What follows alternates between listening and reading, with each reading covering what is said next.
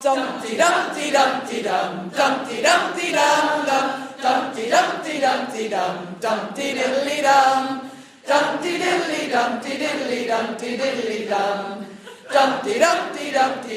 Dumteediddly-dum.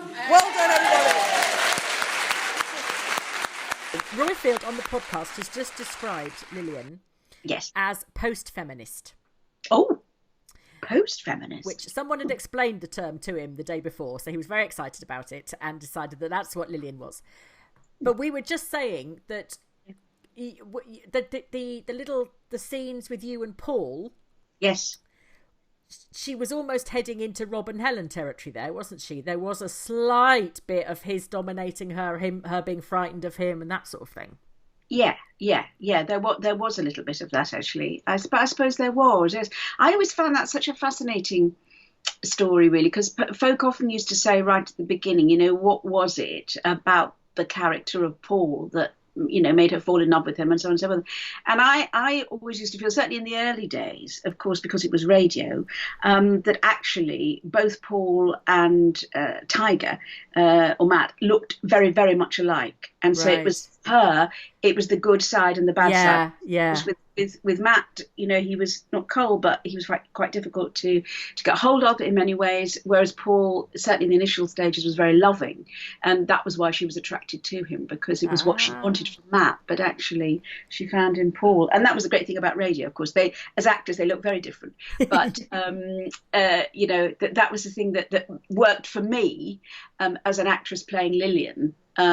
Because, of course, she'd had this long relationship with Matt. And so what was it about this character of Paul that pulled her away in that direction? And it was just the fact that he could engage with his feelings in a way that Matt couldn't. Yeah.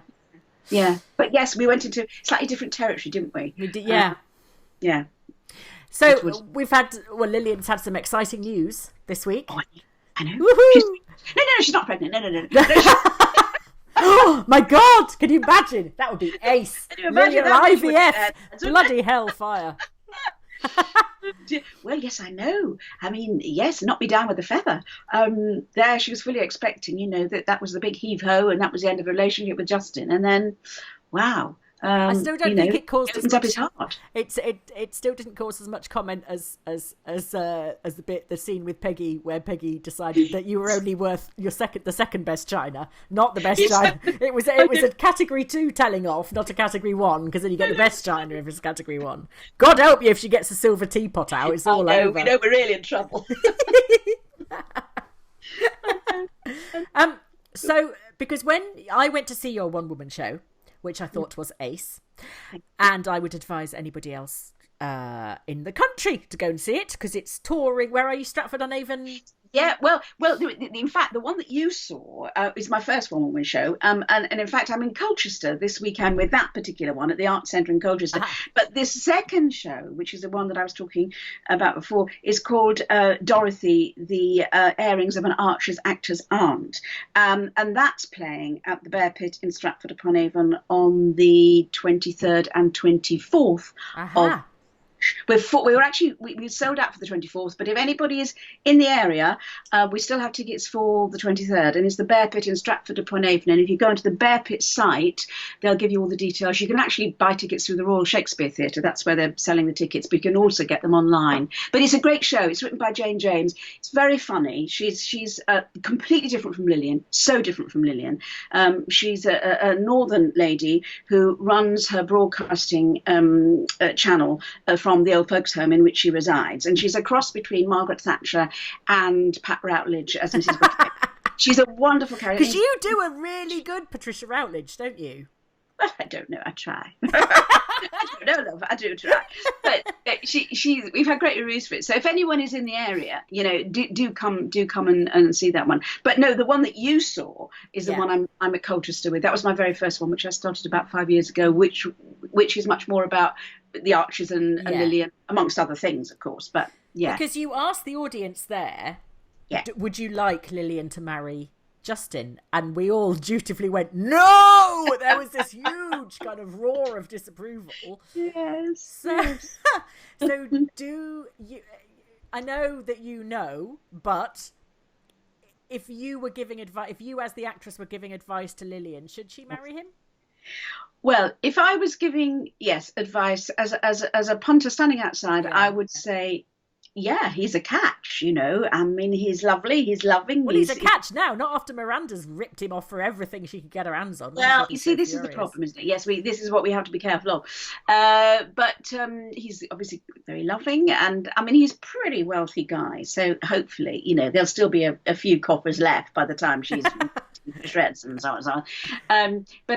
But whether she will or not, I really don't know, because she's still in shock, I suspect, Lillian, about all this, you know, thinking that, you know, her days were numbered in terms of having a permanent relationship. See, I hated that. I hated the way that he could call. First of all, she'd been called to her mother's office like she's the headmistress, and then she got called to Daddy's office as well, you know, and you sort of think, why should just tell him to stick it? Why can't they come to her? Why is everybody ringing her up and saying, be here then and be here, you know? I know. Be there or be square. Yeah, that's not very post-feminist, is it? No, it's not really. It's not really. But I think she just thought that the writing was on the wall, and as she said in the telephone call, well, at least, you know, he's wanting to tell me to my face, really, you know, that it's all over. So and she knew, I guess, that, you know, to a certain extent, she was in the wrong. She was having an affair with a married man, so there was a little bit of that. But anyway, it was all very happy and all lovely and great fun, and she would believe it. Lillian will now be richer than Jenny. Well, isn't that marvellous? Which will drive her berserk. It will. So that maybe dear Lillian can have this fantastic kitchen, just like her sister has got a fantastic kitchen. She can have the upgraded Albion. Oh dear. So what did, because I know that when you went for the interview for Lillian, you practiced the laugh in the bath and everything, and you didn't think that you were going to get it. No. So what did you think about the character? How did you approach getting to grips with her? Well, it was an interesting journey, really, because as with all these things, often, you know, the producers have an idea, they have an outline of what they want. So, you know, I knew that she was a gin-swigging, cigarette-smoking, man-hunting gal. I mean, that was my main brief.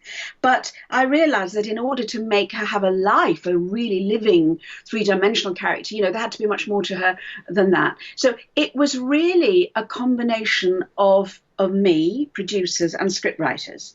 And I think in a way it's like a chicken or egg situation. The producers and the scriptwriters are waiting to see what you're going to do, and then you're waiting to see what the writers are going to give you and how the character's going to develop. But I did work quite hard at the beginning to try and find, as I say, a more three-dimensional aspect to her, because, you know, nobody is that extreme as a character. There are usually reasons why people behave in that way, and I needed to find that out. So sometimes with scripts I tried to not manipulate scripts, but I tried to show maybe a more vulnerable side to her. Sometimes in scripts, you know, you get a script, and sometimes there are different ways that you can play it, and I tended to try and go for the more vulnerable sides at certain points when I knew that I was going to be playing against a more extravagant aspect of Lillian, so that we started to get a more rounded character. And to try and find her as a character, I had to sort of look at the fact that, you know, she liked the gin and her father actually was an alcoholic, and that she actually was quite vulnerable as a human being, and I still think that she is. I think Lillian is a little girl in a way inside, and that's why she acts so outrageously often. She's very vulnerable, she's insecure, and of course as she gets older she gets more insecure because, of course, you know, the looks, so on and so forth. And I was given some lovely storylines, you know, to be able to show, hopefully, the listener lots of different sides of the character. And you know, that was great. And then it was wonderful when she was paired with Matt, with Tyler. And I think, you know, Vanessa Whitman at the time saw the possibility of these two voices. Because, I mean, that's in radio what you've got, these two voices working together, which they did. And we had some great storylines, actually, Kim and I, who plays, you know, and it was a very volatile relationship. That's what I loved about that one. You know, it's quite sparky. Yeah, you weren't Pat and Tony, were you? Yeah, absolutely not. And it, you know, we had some real good fun with it all. And then we had all the emotional storyline, you know, when he went to prison and all that. And we had some really great scenes. Yeah, so I've been playing it now since 2000, so it's 17 years. And I can't quite believe, how it's gone so quickly. The time has gone so quickly. Really? Oh, really? Oh, really, really quickly, really quickly.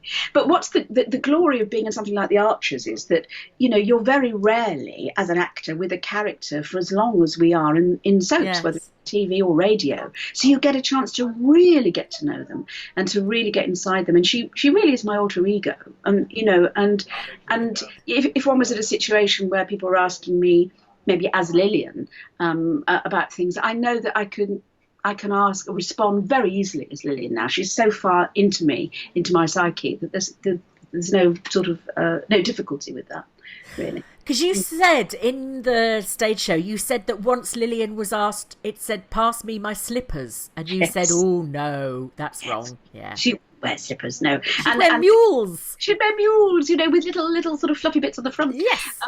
And no, she wouldn't be seen dead in slippers. But that's the glory of getting to know your character really well. And obviously we have a lot of writers, lovely writers who come in and write for us in The Archers. But, inevitably we have new writers coming in who know less about certain characters than others. I mean, it's a huge vehicle that they have to get their heads around. And this was one particular experience with quite a new writer. And it was a domestic scene between Lillian and Matt, and there was this line, "I'm going to put my slippers on," and no, she wouldn't wear slippers. But the writers are very good about that. The producers are very good about that because they understand that you get to know your character really well, also, and often go with it. And that's how the Darling came to be. Really, often she said, "Oh, darling," and that was a combination really of writers and me.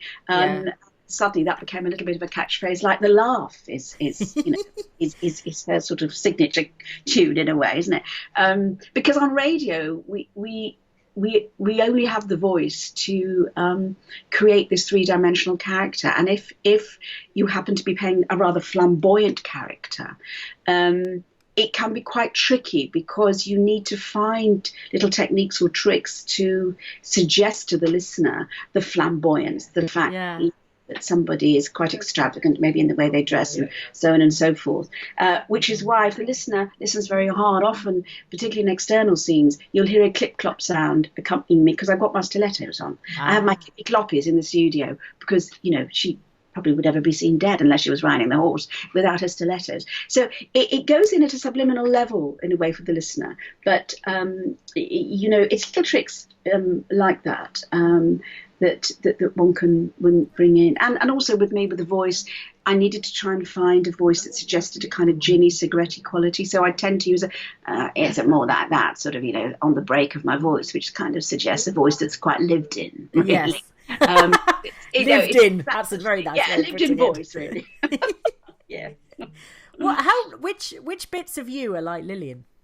Oh gosh, that's a good one, isn't it? Which bit of me I like Lillian? Well, I like people.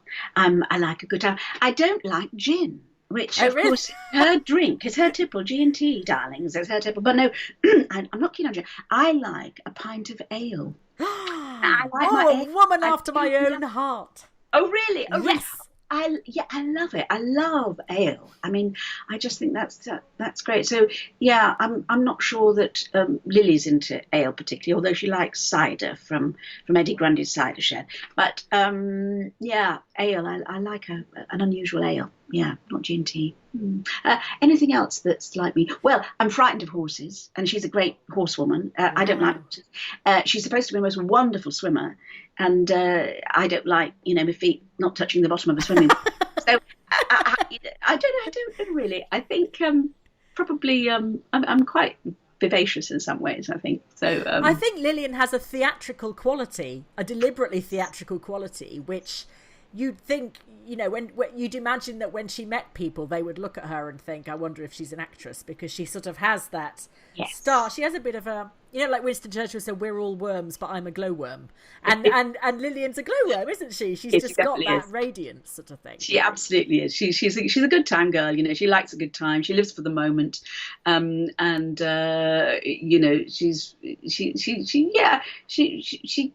she doesn't care too much really about the consequences of things, Lillian, which have been disastrous at various times in her life, but it's quite a nice mantra to sort of live by, really, and she's constantly shocking the village, and that's quite good, really. I quite like God, that. yes, thank God for that. I know, and that it's not a delinquent teenager that's doing it. It's yes, Well, I know, I was laughing the other day because I thought, as an actress, I've had more affairs after a certain age in my life than I've ever had when I was younger, which is absolutely marvellous, and still they're going on. It's marvellous. It's good. Yes, for the older woman, yes. What do you think what would you like to see the future holding for Lillian? For Lillian, well, I would think lots of dosh, lots of money, so that she can live in the manner in which she's accustomed, and yes, just to be happy and to have a good time, really. With a lovely man, whoever that may be. It has to be said. Ah, I think you know something. No, I know no more. No, I don't actually. I don't. I don't. It's just that I suppose with Lillian, you never feel that things are always going to run completely smoothly, or that anything's settled, that anything is stayed still for longer than a fortnight. Yeah, that's it. That's the sort of nature of her. But we truly don't know. And actually, we were taken by surprise, both Simon and myself. When we got those last scripts, and it was because we heard last Friday, and certainly in the omnibus, when he declares his love for her, we were both quite amazed when we got those scripts, and the way I thought it was a clever twist to the storyline, really. Yes.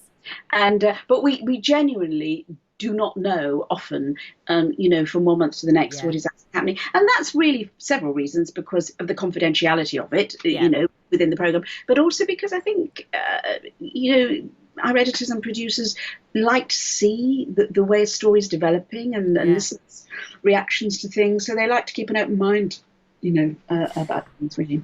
I'm going to ask you to do the laugh at the end, because I want to see if we can turn it into a ringtone, because that has been one of the most... We wanted Kirsty's scream when she was jilted at the altar as a ringtone. It would be a bit horrendous if you're on the bus and that goes off. And Lillian's laugh. But we just wanted... nothing prurient, just audience request. What exactly was going on when Jenny burst in on them in the... Well, there was a lot of heavy breathing. There was a lot of heavy breathing. And there was a lot of zipping. And there was a lot of zip activity, wasn't there? Yes. There was a lot of heavy Up breathing. or down? That's what we couldn't tell. There was a lot of duvet rustling and a lot of zips going up and down. It was actually very funny to record. They're quite tricky, those seats to record. Sure. In studio we have a sofa bed. Do you know what I mean? Ooh. Oh yes, it's all marvellous. We have a sofa bed. The rumpy pumpy couch. Oh yeah, we have a rugby dumpling, and our lovely spot girl. I think it was Ness. I'm not sure at the time, but anyway, it was opened out into the bed, and we had the duvet and everything, and we did have the zip literally sort of very close to the microphone going up. It's very, because it's very technical. It's incredibly technical. And there was, a lot of sort of heavy breathing. And I think I was given the note right at the beginning of the scene, before anyone actually said anything, could we have a little bit of heavy breathing, Sunny, to sort of suggest there's something's going on, but not quite sure what that may be. But there was a lot of conjecture on social media about what could have been going on. Well, I'm not surprised. I'm not surprised. It has been fabulous talking to you. Thank you so much. And I would reiterate to all our listeners that they must go and see you, because it's such a good show and it's just such a laugh. It's a real laugh. Well, yes. So just to say, on the 18th, if anyone is in the Essex area, I'm at Colchester Arts Centre, and then in Stratford the week after on the 23rd and 24th at the Bear Pit Theatre. So, and come and say hello if you do come. For goodness sake, come and say hello. Always lovely to meet the listeners. You'll regret saying that after they're all queued up. No. Right, give us the laugh quickly. Okay, all right. I have to take a breath in. Okay. Oh, I love that. Thank you so much, Sunny. I will leave you to get on with your evening. All right. Thank you. Lovely to talk to you. And you. Lots of love. Take care. Bye. Bye.